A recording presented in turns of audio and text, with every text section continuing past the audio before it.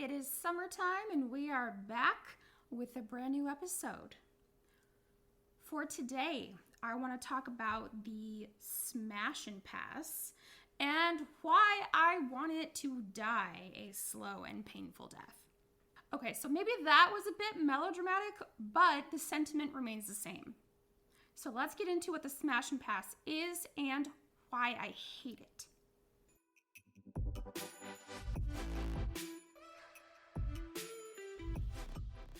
When I say smash and pass, I am referring to the situation that happens when a more experienced jiu-jitsu practitioner does not adapt their jiu-jitsu for the beginner or the less experienced person that they are working with. Instead, they go hard with the beginner. They put them into all sorts of different positions that the beginner has not seen before. And this person generally dominates the beginner from the jump. They dominate them the entire time. People who love to smash and pass do not take the time to let their beginner partner practice the few skills that they've learned. Instead, they want to dominate. They want to show off. They want to, quote unquote, put them in their place. And they do this by constantly, beating the beginner in every single interaction. Okay, put yourself in that position. If you were a beginner at something, trying to learn this new and complicated thing, and you only have a few skills to work with, and you're probably already nervous or scared or intimidated, and then you work with a more experienced person who basically treats you like a practice dummy instead of a human partner. How would that make you feel? Would you want to keep coming back? Be honest. No, probably not. I really hate the smash and pass. I hate this because it serves no purpose and has no value to either party. The beginner doesn't get to practice any new skills. They're just in survival mode the whole time.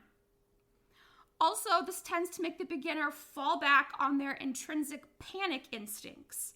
So they'll use force or strength that they will try to smash. They'll start trying to strike or throw elbows because they're trying to survive rather than developing their jiu-jitsu instincts. For the higher belt or / more experienced person, they don't get any meaningful training in either.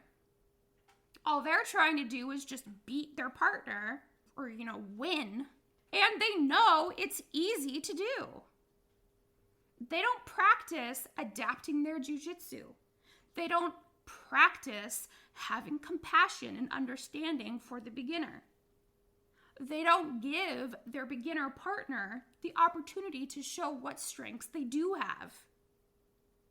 See my episode on Everyone Has Something to Offer. Because everyone does have something to offer. Yes, even the beginners. So here's what I want to say directly to people who do the smash and pass. If you smash and pass, what's really happening is your ego is taking over and you are on a power trip.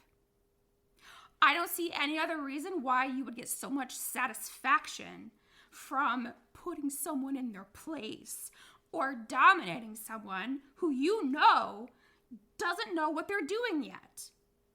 That's not the kind of culture we're trying to cultivate. Why do you think so many people are too intimidated to even start training jiu-jitsu or other martial arts? It's because of people like you, the people who think this way and do these kinds of things. It makes the beginners feel frustrated, overwhelmed, incompetent, and unwanted. And then they end up quitting. Our goal as jiu-jitsu practitioners is to spread jiu-jitsu to as many people as possible. And if this is how you behave, you're actually just turning people away. And honestly, if you like being on a power trip or feeding your ego, then jiu-jitsu is not the place for you. Maybe you're over here thinking, okay, well, that's easier for you to say God, Stacy, that's what was done to me. That's just how it is. People need to toughen up and get over it. And to that, I tell you, if you were treated that way by other people when you started, and you're somehow thinking that this is just how beginners have to learn, then you are just perpetuating the abuse cycle. Because let's just call it what it is. You are abusing your power and position. You're taking advantage of someone who is in a position to try to trust you and look up to you. And you're twisting that. You're bastardizing it. You're turning it into a terrible experience for that person.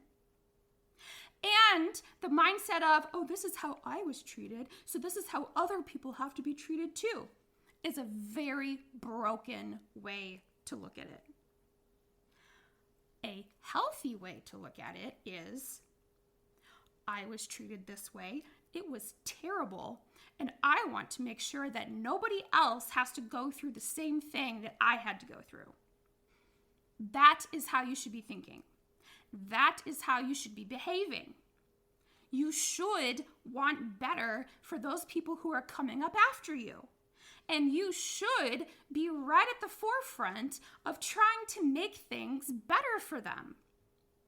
And to the beginners, if you are in a school where they allow the smash and pass to all white belts or anybody who's of lower rank than somebody else, then I would advise you to find a different school. Because the school you are in is only worried about the quote-unquote survival of the fittest. They are not concerned with actually helping you grow as a practitioner, or nurturing you and your skills, or generally trying to spread jujitsu to the people who could benefit the most. My professor says this all the time. Jujitsu is for the weak, the timid, and the bullied. It gives them confidence, helps them realize that they are stronger than they thought they were. And it helps the quote-unquote strong people realize that actually they're really not as strong as they thought they were. A quote that my professor said years and years ago that I never forgot is this: Jiu-jitsu is not the art of going around and kicking everybody's butts. It is the art of learning how not to get your own butt kicked. I have 2 entire seasons of episodes on this podcast discussing the benefits of jiu-jitsu and how it helps people of all shapes and sizes and from all walks of life. If you are a practitioner who thinks that jiu-jitsu is only for the strong, then you aren't actually training jiu-jitsu. And I would recommend that you find a different school who helps you become a true jiu-jitsu practitioner. So let's all come together as a jiu-jitsu community to finally kill the smash and pass once and for all.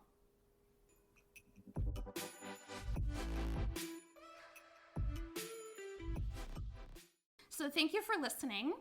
If you are wanting to get in touch with me, I have my Instagram DMs open.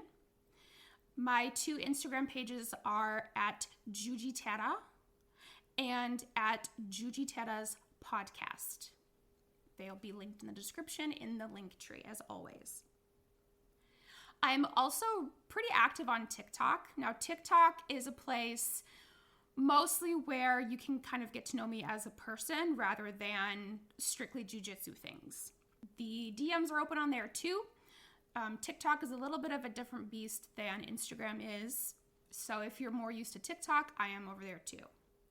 I also have a Facebook page, which, full disclosure, is only just a page. But I do post all of the updates there. So if you're a person who kind of hates all the other stuff and you're just like, whatever, I just get notifications from one place, which is Facebook, then if you follow the page and turn on the notifications, then it'll let you know when I update and you can go over and look at that. If you want to support the podcast, I will tell you, and you probably hear other podcasters and content creators saying the same thing, and that's because it's true. The best way to support the podcast is to listen to the episodes multiple times, is even more helpful. Rate it on whatever platform you're listening to. Leave a review if you have a platform that allows reviews. I know Apple Podcasts allows reviews. Spotify, there's not like a review place, but you can leave comments. Every single one of these links is in the link tree that I put in the description. So for convenience, you can just click on that link. It'll take you to the link tree, and then you can go where you want to go. And with that, I will wish you all a wonderful summer. Please make sure you're wearing your sunscreen. It's staying in the shade as much as possible. And if you start to feel overheated, dizzy, or sick, then you need to get out of the sun immediately. All right, let's have a safe summer, everybody. Let's not get heat stroke, and let's try to avoid getting some bad sunburns because that's not good for your skin. So have a safe summer, everybody. Have fun. I'm wishing you all a great time. Stay safe and be well, and I'll see you next time.